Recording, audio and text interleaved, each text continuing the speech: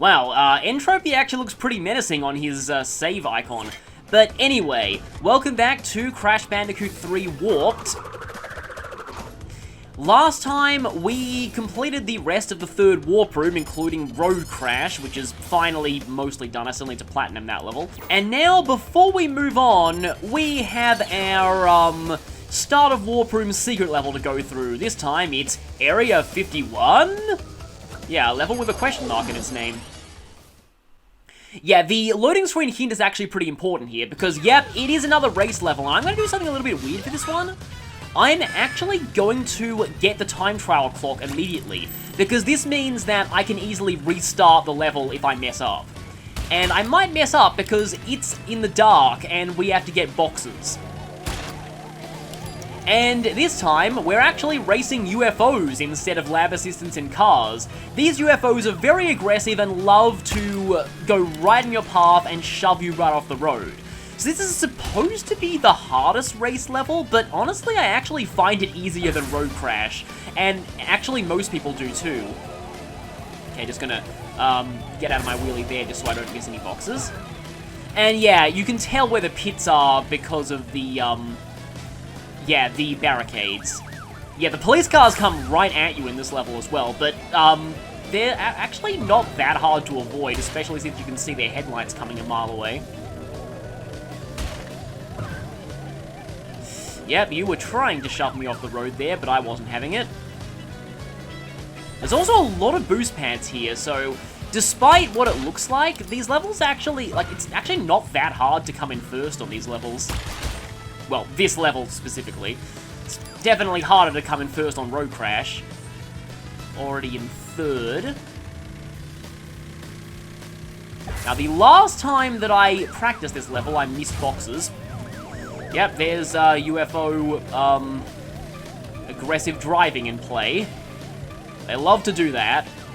The best time to overtake them is when the police cars come, because that's when the UFOs start flying up in the air, and thus they won't be able to shove you on the road. That was kind of close, actually.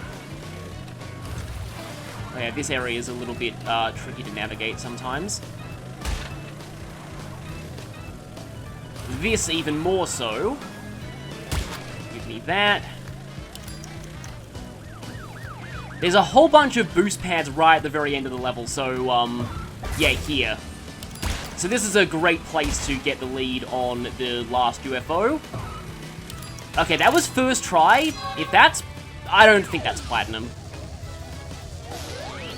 It was platinum! Okay, wow! Okay, after Road Crash... I needed a bit of vindication on the race levels. That was satisfying. So, I actually never need to play that level again.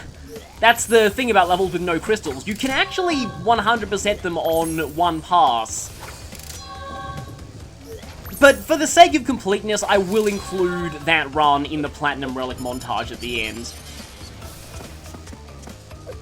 But yeah, that was pretty satisfying. So on that note, let's head into Warp Room 4, where things are actually going to get pretty tricky right off the bat. But first, I'll give a bit of a preview of the levels. And now, as a kid, I always felt this great sense of accomplishment whenever I got to this one. It just always felt like things were really coming to a head. This Egyptian-themed warp room with the moon in the background. And what's really cool in the Sane Trilogy is that, yeah, those burning torches light up one by one the closer you get to the buttons. It's just really cool. Anyway, so for this world, we have Sphinxinator, which is a bit of a weird name, but I'll explain that once we get to that level. Bye-bye blimps. Tell no tales. Future Frenzy, yep, that one stock time travel setting that we hadn't hit yet, the far future, we're going there. And Tomb Wader, which is probably one of the more painful level name puns in this game, in my opinion. So, for this world, I'm going to be switching over to Coco because of reasons. This is why I gave Crash so much screen time in the last warp room. I'm going to be using Coco for this entire one. And we're going to do something a little unusual here. I'm going to be doing this one first. Reason being, Sphinxinator requires the blue gem to get everything. So for the sake of efficiency, it's actually better to do Tomb Wader, the last level in this warp room, first.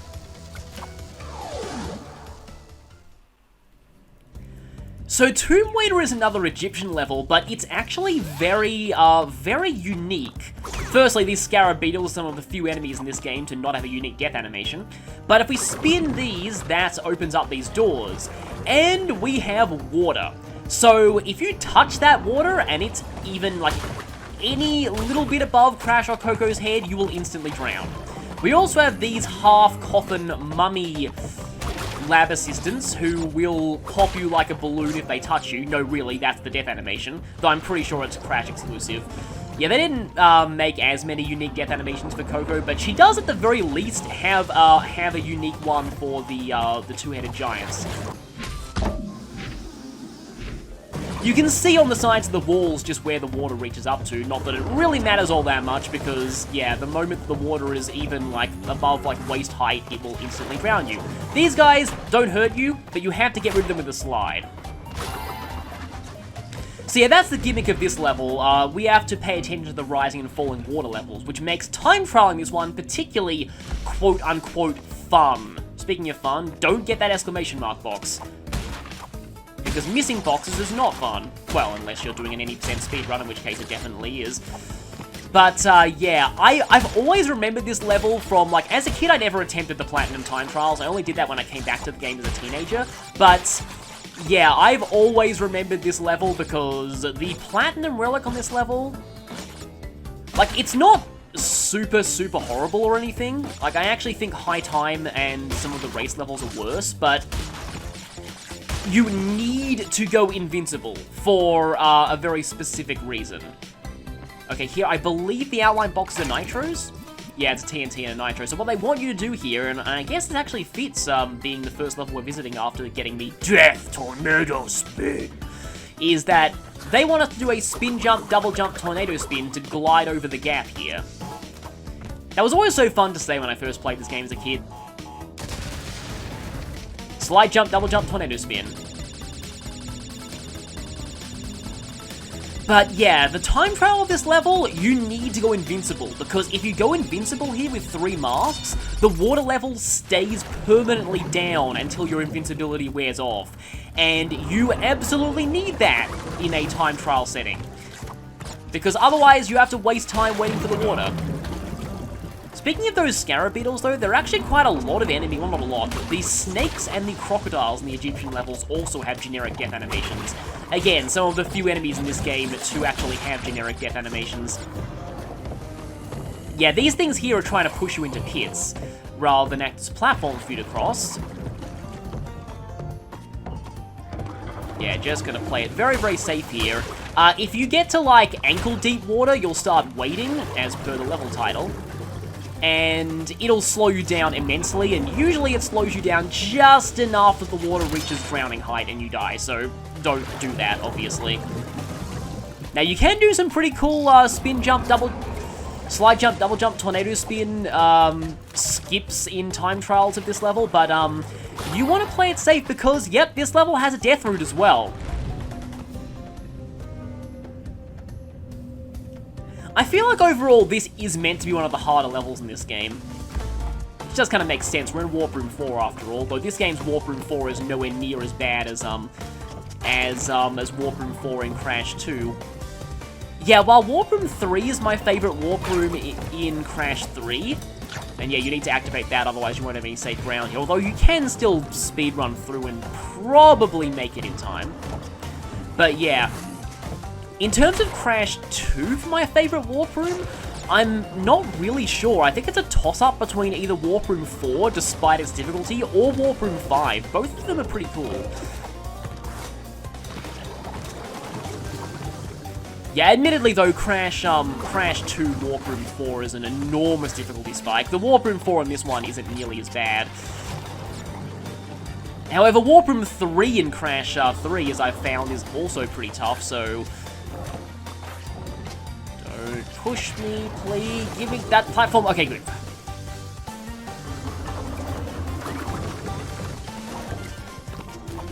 Oh yeah, by the way, the pits in these areas, because they're already full of water, even when the water level is at its lowest, will instantly kill you. And there's the blue gem, but we want to death warp out of here. For the sake of grabbing both gems in one pass of the level. And thankfully the checkpoint drops us right at the start of the death route, although the bad news is that death route itself did not have any checkpoints in it, so yeah, you have to do that whole death route in one pass. I think we're getting reasonably close to the end. I can see the glow of the crystal there in the distance. And a good place for a tornado spin glide jump.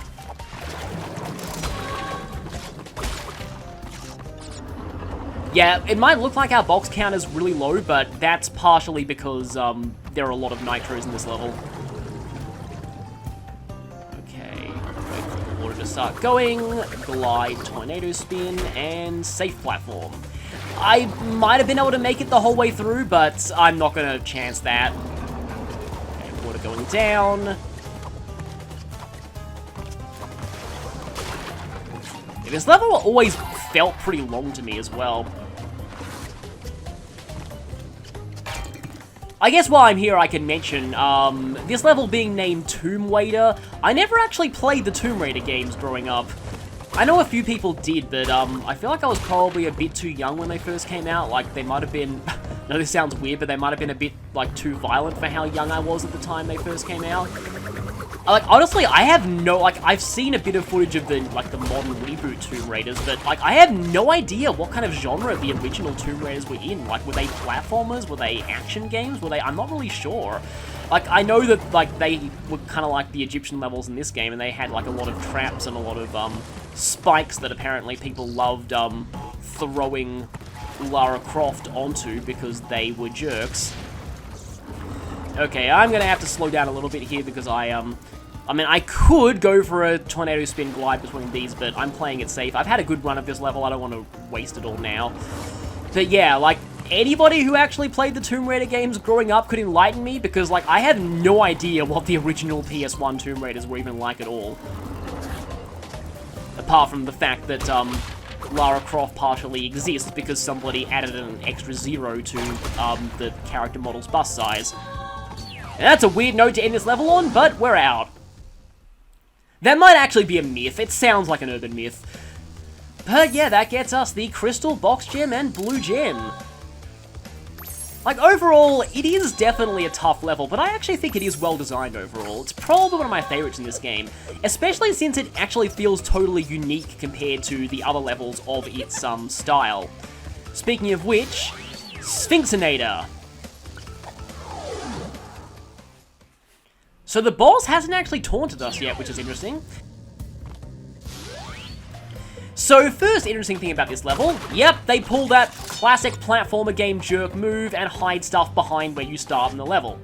Secondly, there's a split path here. Now, this area used to really fascinate me as a kid. I was like, that's a really big pit, but I reckon I could slide jump, double jump, tornado spin that. And I tried a few times to no success. But as it turns out, you basically have to do the jump like right as you're going off the edge, but you can clear that. And it leads you to a really interesting area. This area is not required for box completion whatsoever. Also, yeah, those lab assistants in there, you have to break the sarcophagus and then spin the mummy afterwards. In fact, now might be a good time to show this. So, the Easter egg involving these monkeys that I alluded to before is you need to dodge them for, like, for quite a while, actually, until they run out of stuff. According to the achievement description, it's whatever he's throwing at you is what they're throwing. I mean, they look kind of like rocks given how they break, but, you know, you can also probably consider them something else.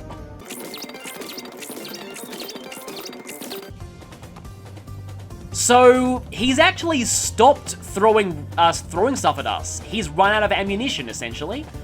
And with that, if we break all of these, he floats up in a Zen-like state. So that's an Easter egg, and that gets you an achievement or trophy in the PlayStation and Xbox versions of this game.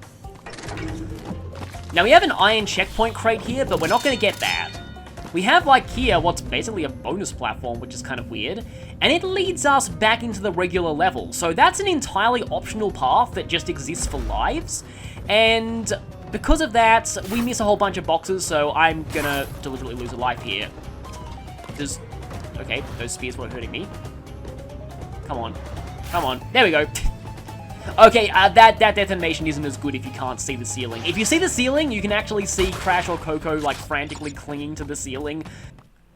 So let's do the level the normal way this time, but I've still always loved that detail. It's like, you think, maybe I can actually make that jump, and you can, and you get, like, the developers put rewards in for doing so. It's just really cool. I love it when platform games do that in their design. I know that Super Mario Odyssey was pretty good with that too. Often, there are places where you can get Mario into that it looks like you aren't really supposed to, and it's never intended for the level's completion. But they always put, like, a pack of coins there, just so that, yeah, the developers are like, hey, yep, we are aware that you can actually get here. That's pretty cool. But anyway, this is where that extra route would have dropped us off, and this level is where you're supposed to encounter the spear traps for the first time, but they're in Tomb Time's purple gem route, so we've already seen those. Don't know if I've acknowledged this.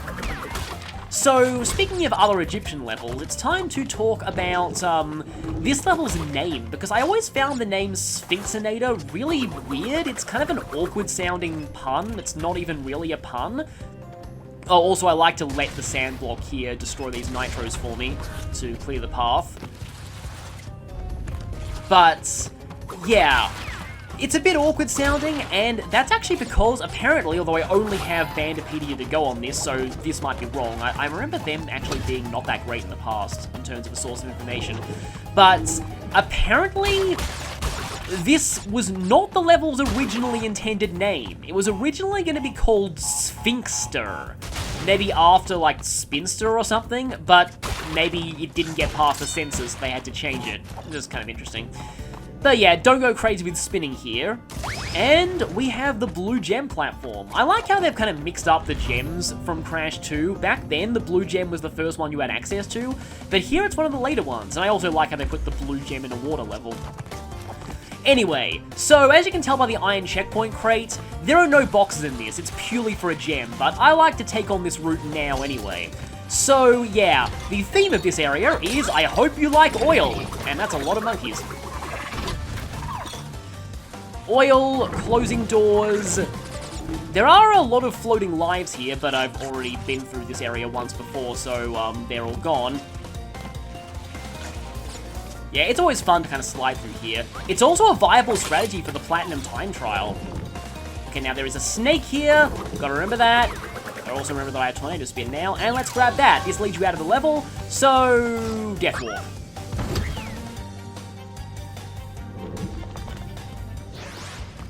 Yeah, that's going to set us slightly back, but all in the name of grabbing both gems in a single run. But as I was saying, like, yeah, there are no time freezes on that path, but it is pretty fast to go sliding through all that oil, so I think it is actually possible to Platinum Relic this level through that gem path, which is kind of unique, since normally you don't want to be taking gem paths for Platinum Relics, although it's also an option for Tomb Time. Actually, I'm not sure which one of those is faster. I might have to, like, look up, like, full Platinum Relic speedruns to see which one is generally agreed upon by speedrunners to be the faster path through that level. Because there are boxes on the purple gem path, and there are time freezes in there, so there is a legitimate choice between the two paths when it comes to going for the Platinum Relic. Okay, yeah, so obviously one of those nitros is positioned such that, yeah, it's not going to get destroyed by these blocks.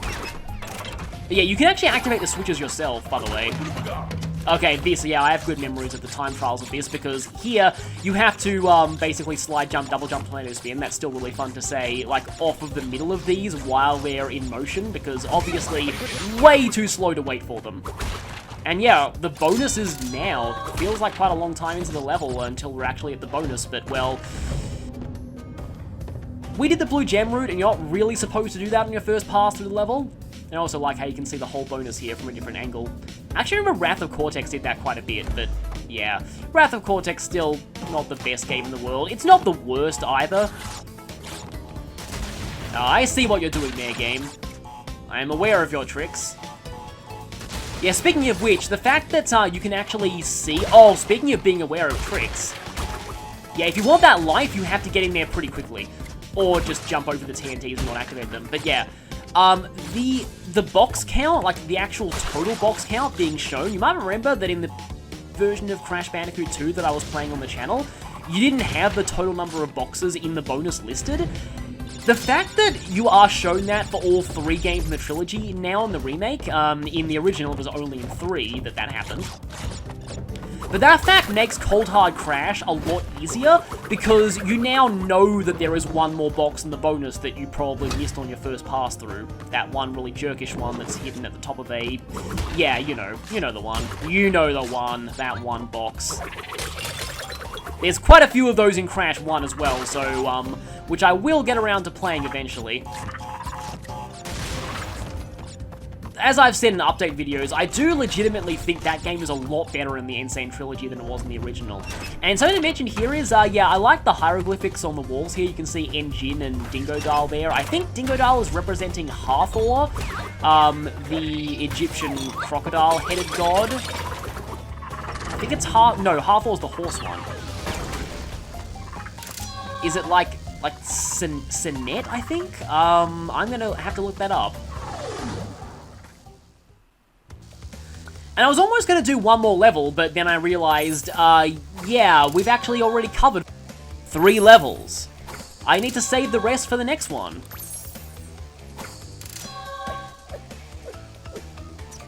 So those were some pretty fun levels overall, with a few kind of cool tricks to them.